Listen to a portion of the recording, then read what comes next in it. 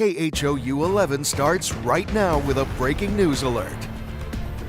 Devastating floods, more than 90 dead across central Texas, and dozens remain missing. And now we're starting to see the scale of the destruction. The pain, the shock of what has transpired these last few days has broken the heart of our state. And now at 4, what we know about the lives lost, the search for survivors, and how Houstonians are helping.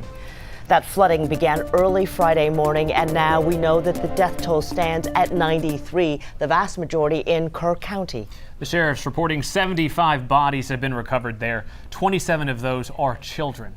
Travis, Burnett, Williamson, Kendall, and San Angelo counties also reporting multiple deaths.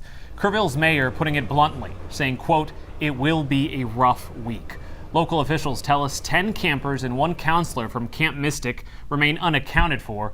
The official number of the missing not being released as calls continue to be received. Search operations are ongoing at this hour. This is a 100-kilometer search area, nearly 24 agencies working together, going grid by grid, each one taking between 1 to 3 hours. So what that means is they're running into a lot of technical challenges with terrain, with water, even potentially, with weather, in the rising fields. From the heart of the devastation to Houston, where we are learning more about the victims and local responders, we have team coverage. Matt Doherty joining us live in Kirk County at a command post. Matt, what are you seeing there? Hey, Marcelino. Yeah, this is the Emergency Operations Center. We got here a couple of hours ago. It's pretty remarkable that all this has been able to materialize in just a couple of days now. As you walk around a little bit, you can see different officers in different uniforms from all different agencies. The response that's come together throughout the state of Texas is pretty remarkable. I'll give you just an idea of how many officers we're talking about. We're talking about officers from the Kerr County Sheriff's Office, Texas DPS, 230 DPS personnel in the area, the Texas Division of Emergency Management, Swift Water Rescue Boats, Texas Parks and Wildlife, Texas National Guard, San Antonio Fire Units. I mean, this list goes on and on and on. So inside that door where that woman just walked out of, that's where the actual heavy part of this is going on. That's where they do all of their strategic planning for the day.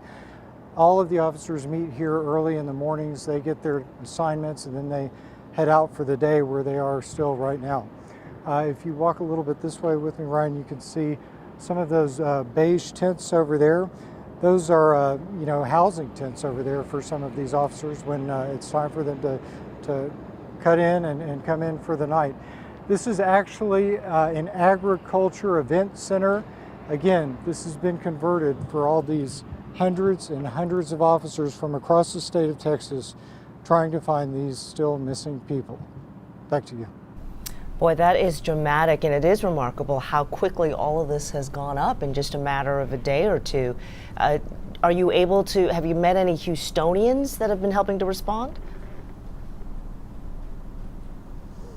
So everybody's being very quiet here. None of the officers are allowed to talk to the media, and we actually have to go through a single public information officer with the sheriff's office to set anything up or get any comments like that. So they're really not allowed to speak with us on the record. So just visually, I can tell you, no, I have not seen any Houston area law enforcement officers since we've been here for a couple of hours.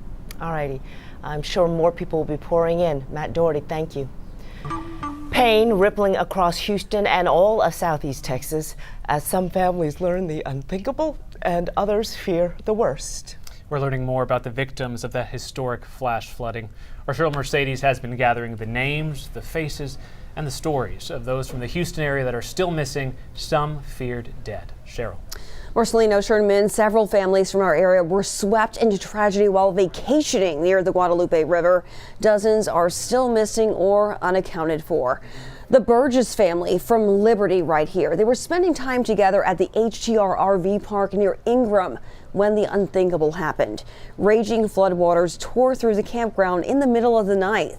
John Burgess, he's the father right there. He did not survive, while his wife Julia and sons Jack and James, they are still missing. Their 8-year-old daughter Jenna, she was attending a nearby summer camp and was not caught in the flood. The Burgess family is well known in Liberty. They are not alone in this nightmare. Authorities say there are dozens of victims missing from the Houston area and across Texas, including a group of relatives from the Mont Belvieu area. I'll have more on that growing list of victims tonight at 5. All right, thank you, Cheryl. For the latest updates, just text the word flood to 713-526-1111. We'll send you back some links, including how you can help survivors, how to report the missing, and what we are learning about the victims.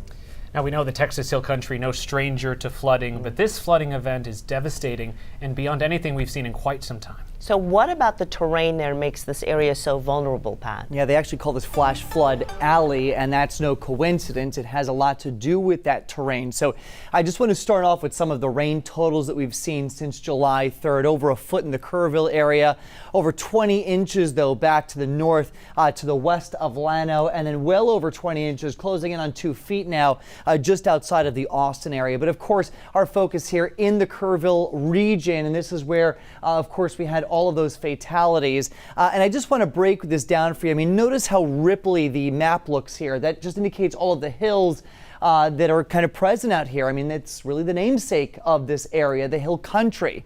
The main river that we're focusing on here is the Guadalupe River. We got the North Fork of the river here coming into Hunt, and then the South Fork of the Guadalupe River also. And they both, again, meet in Hunt and then form what we know as the Guadalupe River, which flows down towards Ingram and Kerrville itself. Now, along the South Fork of the Guadalupe River, 2 of the camps that were hit hardest, Camp La Junta and Camp Mystic. Of course, Camp Mystic, the girls' camp, where all of those girls have passed away so far, and then Camp La Junta, a boys' camp near Hunt.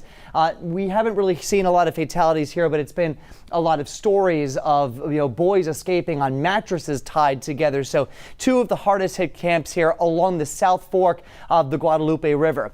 The heaviest of the rain fell in this purple shaded area, which is where all of these creeks and streams and tributaries feed into the Guadalupe River. And what happened was, when you get all of this rain falling into all of these waterways, everything flowed into the Guadalupe, and that's what led to that catastrophic flooding. Now, for the rest of today, a moderate level 3 out of 4 risk for flooding that includes the Kerrville area, but goes farther towards the north and west. And we've already seen heavy rain falling here. In fact, an active flash flood warning for the Junction area getting back towards Sonora and El Dorado. But the rain coverage is starting to diminish here, which is the good news. Here at home, though, we are still tracking a couple of thunderstorms, one in the city, now moving up towards the northern part of the Beltway, a couple storms down towards Galveston, and then more activity up here to the north. It's going to be a pretty active next few hours and next few days for us here in southeast Texas and also in central Texas. Coming up, we'll break down when the rain chances can finally start to wrap up, and we'll talk more in detail about our forecast here at home when I see you back here in about 10 minutes. All right, so much going on. Pat Kavlin, thank you.